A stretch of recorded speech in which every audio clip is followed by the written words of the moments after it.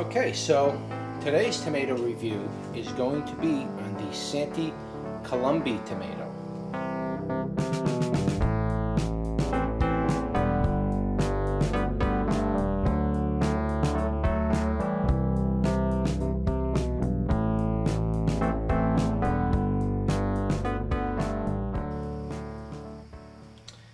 Okay, so we'll take a closer look at the Sainte Colombe tomato. I just cut this one. I'm not going to actually eat this because the fruit flies got into the inside of it. Let me zoom you out. The fruit flies got in there and they just wreaked havoc on it. You can't leave your tomatoes around because these flies come out of nowhere and they ruin your tomatoes. So I could probably eat part of that. It's just I'm not gonna. I'm just kind of grossed out a little bit by it, but nevertheless, I still got one good one right here. And we'll cut this open. We'll get a good look at the inside of it. But this is an old world tomato.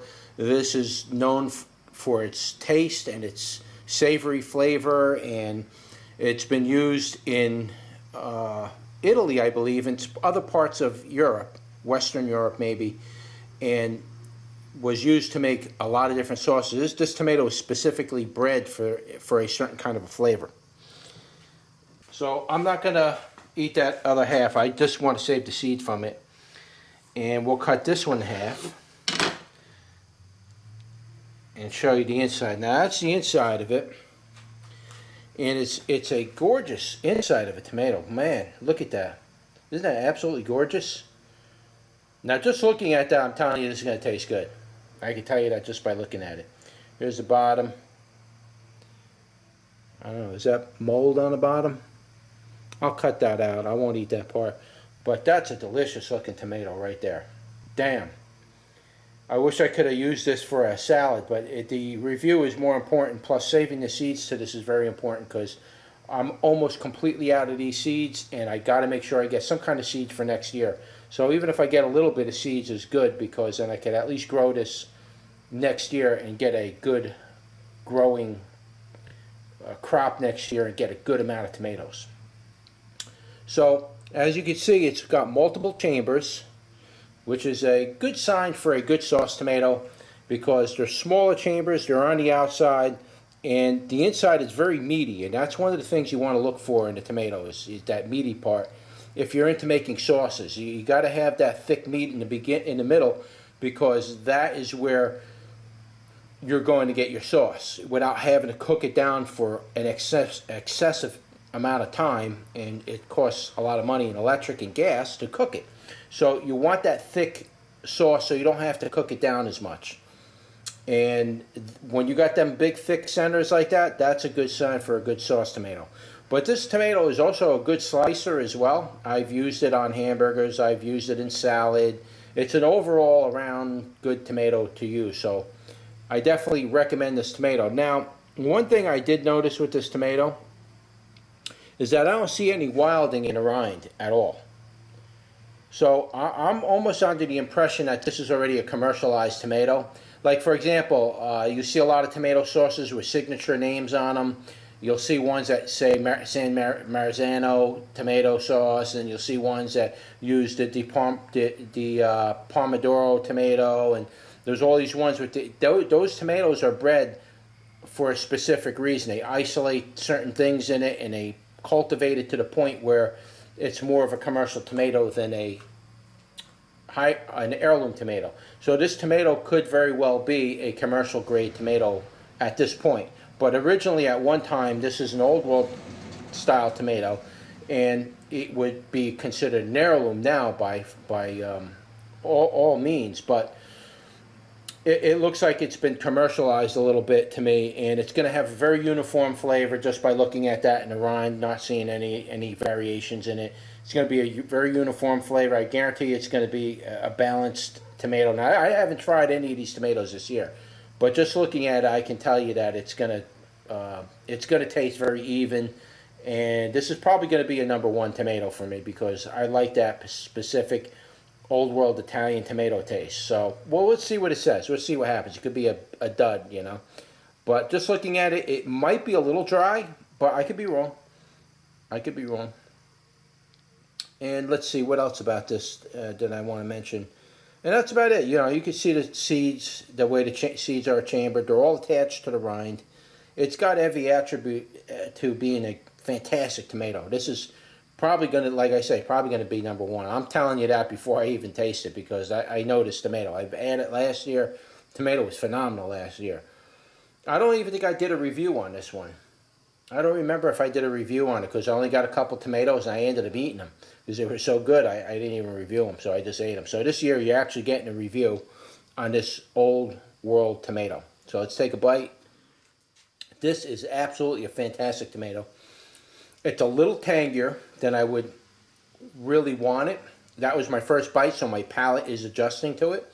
So we'll take another bite. It's a perfectly balanced tomato. Almost 100% perfect. It's got a little more sweetness than you're usually used to getting in a tomato. And the sweetness on this is probably like 35 on the sweetness. It's kind of high.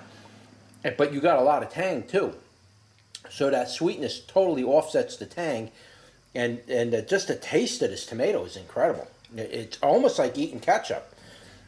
Not that ketchup is ultimately, yeah, I love to eat ketchup or anything, but it almost has like that sweet ketchup-y flavor.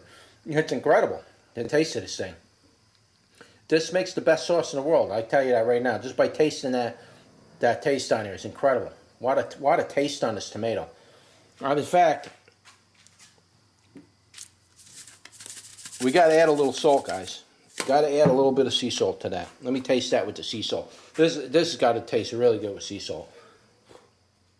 Skins are a little tough on it, but again, this tomato was bred specifically for making sauces and stuff like that. Tomato paste and sauces and other things that they would use it for like that reason. So the skins, they don't really care about the skins being tough. It's just easier to peel.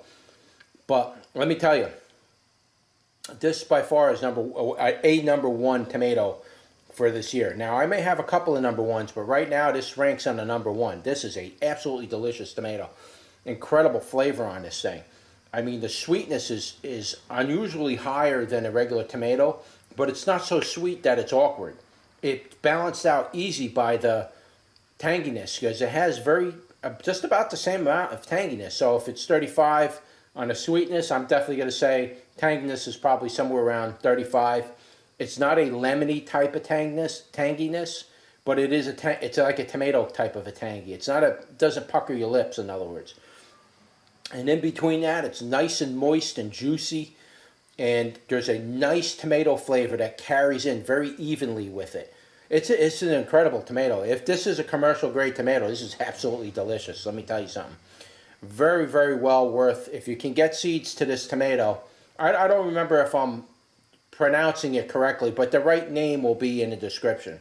But if you could get seeds to this tomato, I would definitely recommend you get seeds to this tomato. If you like to make tomato sauces, you like to make pizza pies, this would go really good with any kind of pasta dish, baked ziti, lasagna, anything like that. Stuffed shells, manicotti, anything like that. This tomato was the kind of tomato you would want to use that for. This would also go good with a focaccia. Like if you like to make a focaccia, that would really be a good tomato to use for that type of application. It's very, very good for those type of dishes. Excellent, excellent, excellent tomato. Highly recommend this. This by far is definitely ranking number one. As much as I want to eat that, I really can't, because I got to get the seeds. I got to get all the seeds out, and then I can put salt on it and eat the rest. But I got to get those seeds.